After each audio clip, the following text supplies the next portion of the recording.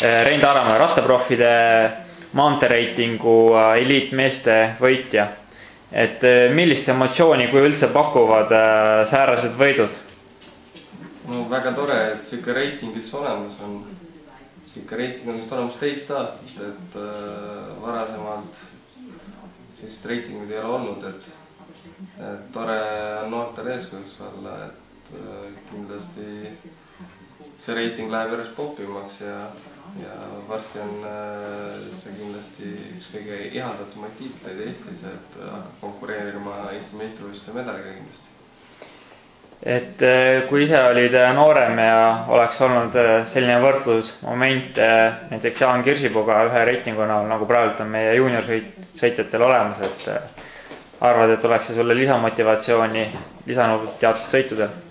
No kindlasti, et praegu ma võin võrdluseks tuua Samsung maratoni sarja, et seal võidutsesid nii Lauri Aus kui Jaan Kirsipuu ja muud Eesti ässad. Ja ma mäletan, et kui ma neid maratone sõitsin, et see maratoni võit tundus nii kättesaamatu, aga kui ma 19-aastaselt selle maratoni etapi ära panin Viljandis, et siis see pakkus küll suurimat rahulolu. Et ma loodan, et selle reitinguga hakkab samamoodi olema. Sa olesid ka tügiskrossidel, et kuidas on see arenenud või muutunud sellest ajast, kui sina seda sõitsid ja milline tundub noorte tase olema?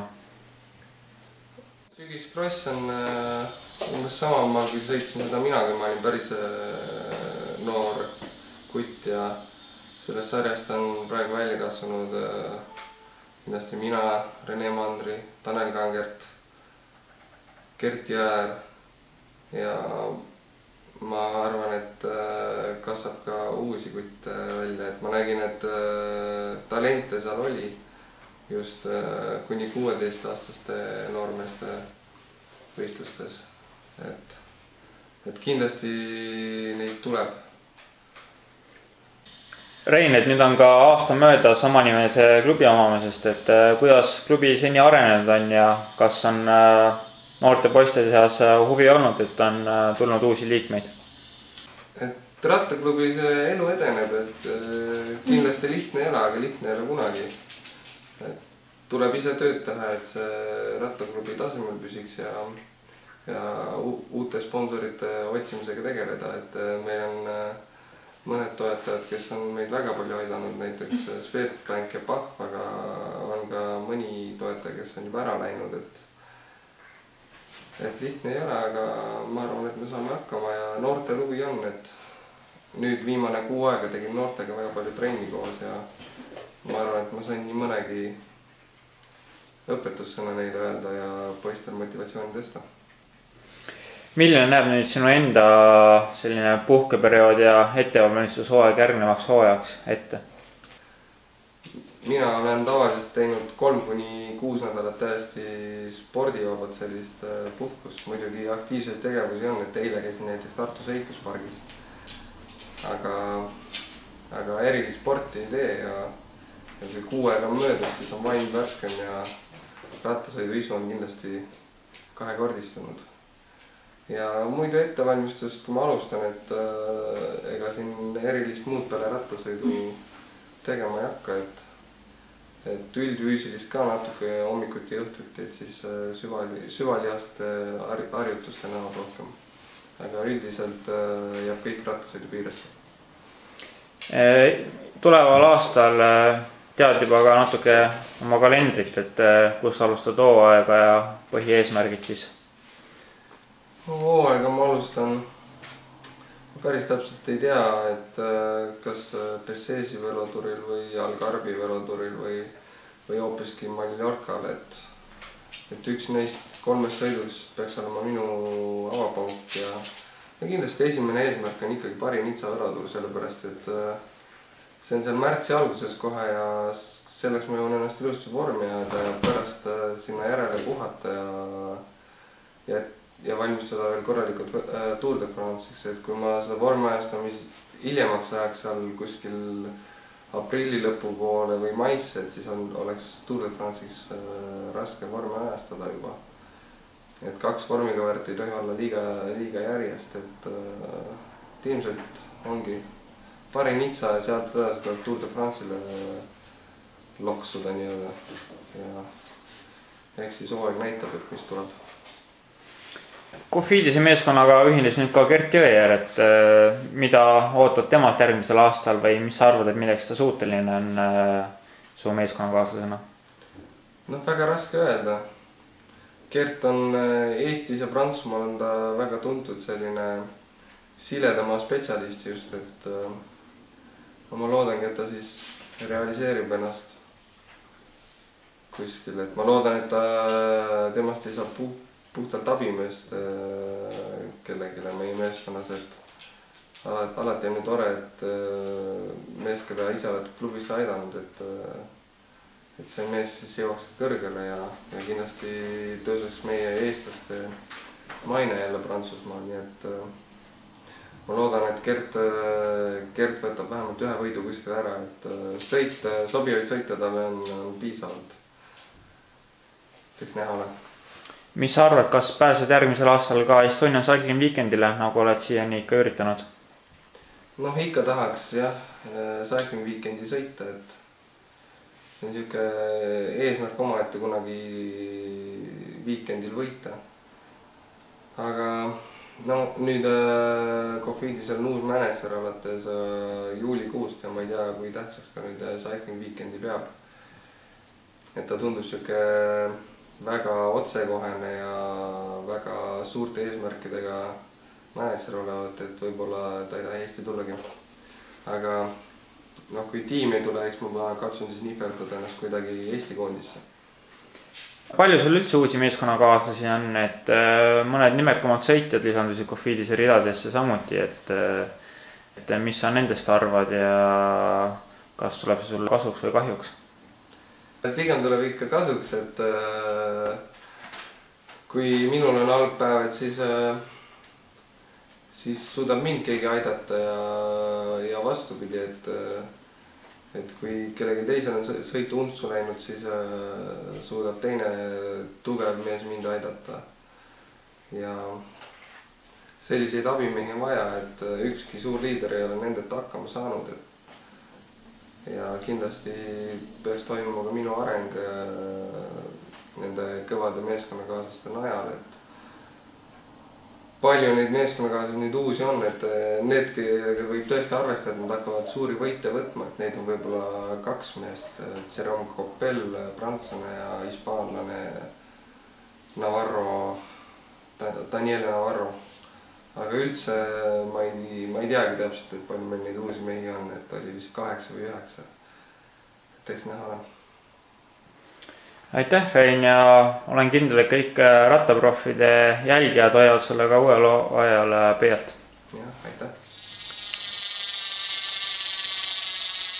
Gert Jõeäär, maantee reitingu võitja kuni 26-aastaste meeste vanuseklassis. Kuidas hindad tavaliselt selliseid reitingu võite, et ei ole päris sama tunne, kui üle joone tulek käed üleval? Ei, väga vinge. Reitingu võit näitab, et hooajal stabiilselt kõva on. Nüüd hooaja sellise stabiilsuse ja heade tulemuste töö viljaks tuli Cofidise meeskonna profileping, et millised on siis eelkõige sihid eesootavaks uus profi hooajaks? Jah, et profileping tuli järgmine aasta, vaatan, mis meeskonna bossid mult ootavad, et siis eelkõige üritan meeskonna jaoks kasulik olla kõigepealt ja siis vaatan, kui mulle enda võimalus antakse, siis üritan ise ka ennast realiseerida. On juba teada, kuna on esimesed treeninglaagrid kogunemised? Jah, esimene treeninglaager on 20. november. See on üks väike laager. Saab meeskonnaga kokku ja siis tõsine treeninglaager on detsembri alguse poole. Palju sul sellel aastal on kilomeetrid juba kogutud või sellel hooajal ja palju võistluspäevi tuli? Sel hooajal tuli 27 000 kilomeetrit ja võistluspäev oli kusagil 65. mis sa arvad, palju profiseltskonnas peab mahtusid tõstma, palju võistluspäevi võib rohkem koguneda? No ma arvan, et mahtu pole väga palju vaja tõsta. Ma siin Taaremäe rääkis ka, et tal tuleb on sama palju umbes 1000 aastatel. Ja võistluspäevi, ma ei tea, palju tuleb, et kindlasti ma olen sama palju vähemalt. Rohkem ma arvasin. Palju kodumaale võistelda saad või kavatsed? Ei teagi. Kindlasti Eesti meistrivõistlused on kindel ja kindlasti on ka mingi paus seal võistluse vahel, et siis tulen kindlasti Eestis ka võistlema. Suur tänu ja kogu rattaproffide meeskond ja ma arvan ka kõik meie lehel pöidlahoidjad soovivad sulle uut edukat hooaega. Aitäh!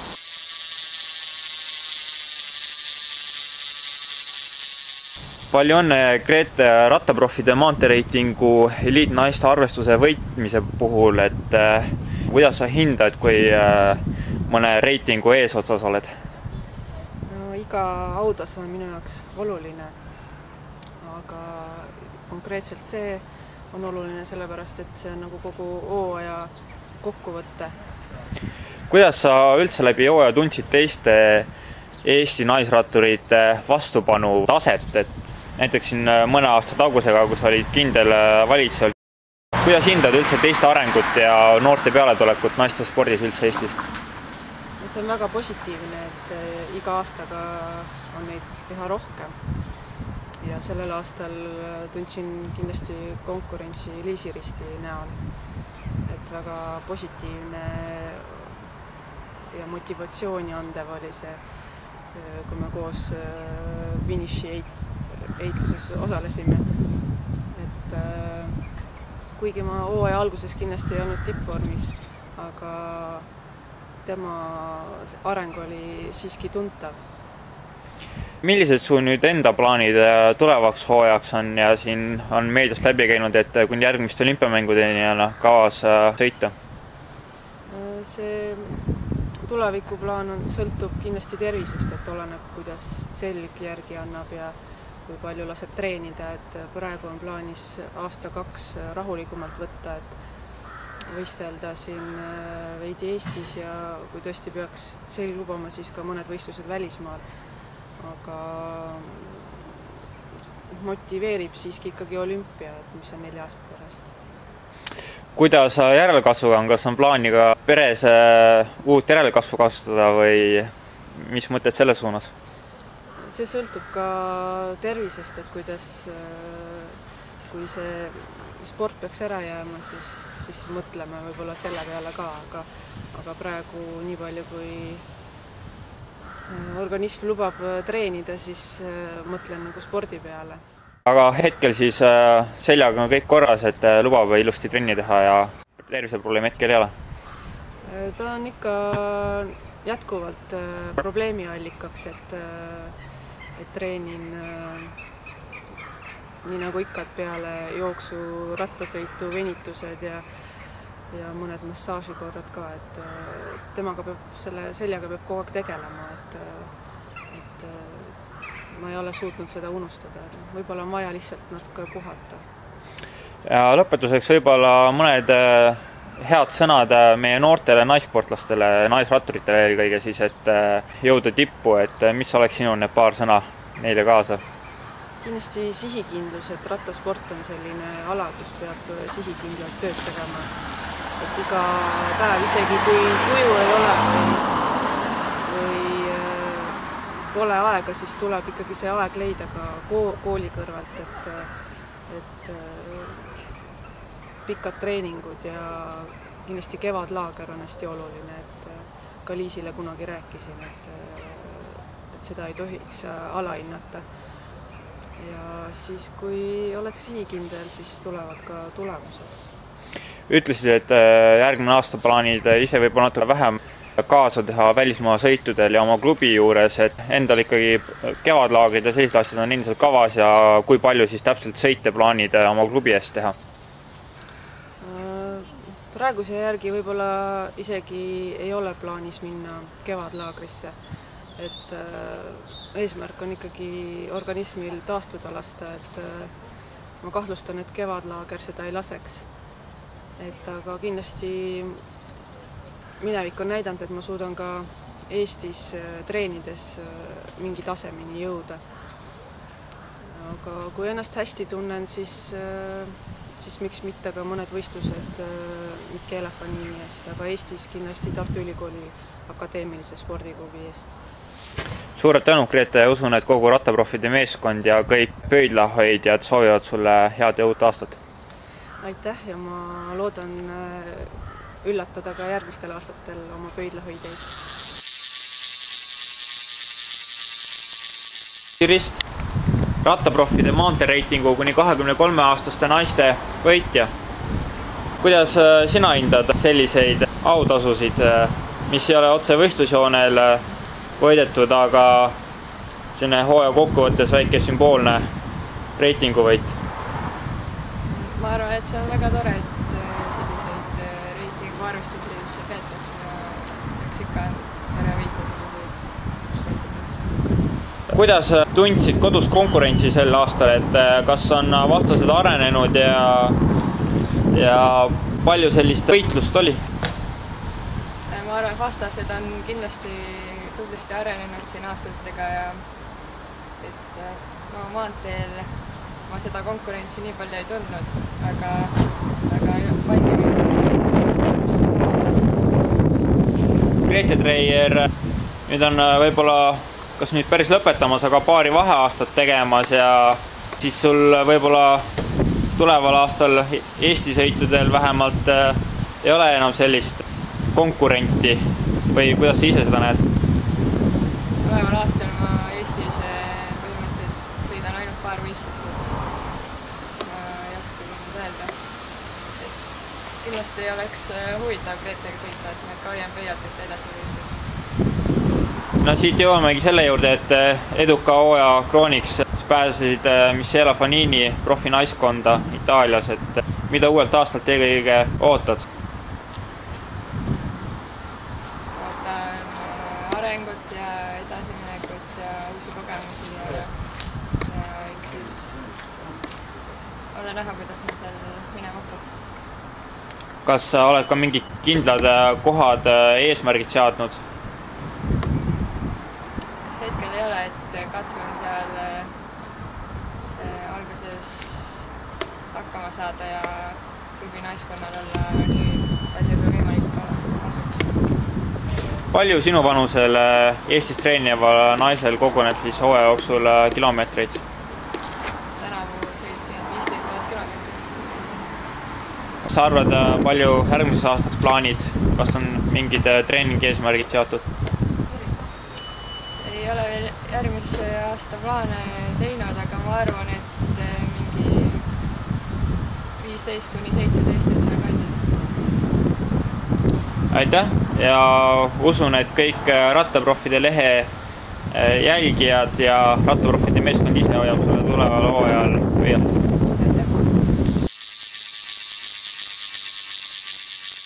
Rattaproffide maanteeratta reitingu naisjuunioride klassi võitja Sirje Lepik.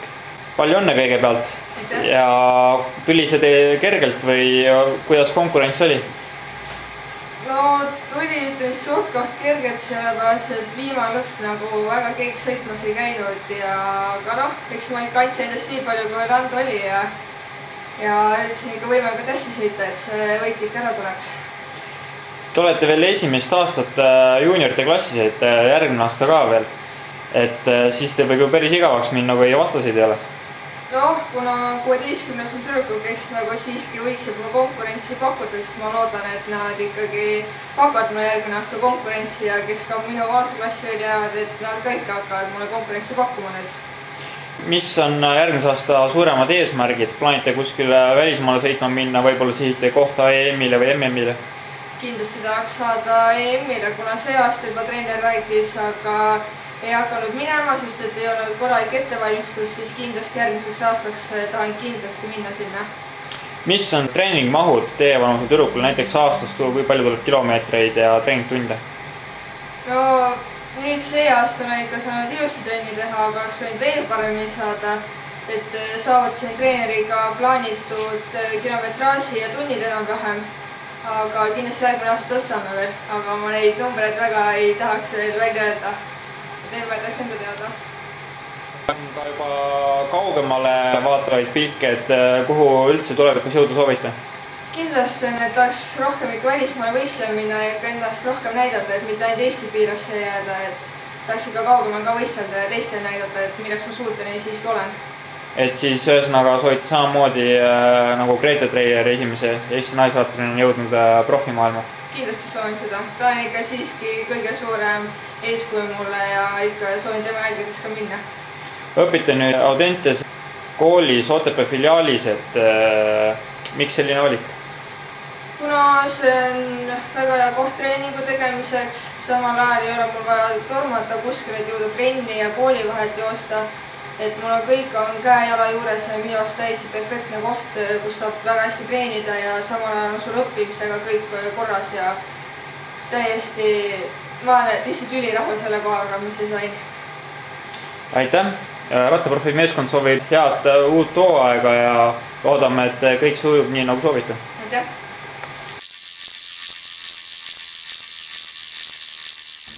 Oskar Nisu, rattaprofide maantereitingu võitja meesjuunioride klassis.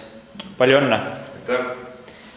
Kuidas siis hooaeg kulges? Kas võib rahul jääda, et reitingu võitju näitab nii mõndagi, et olite selle hooajal parim Eesti meesjuunior?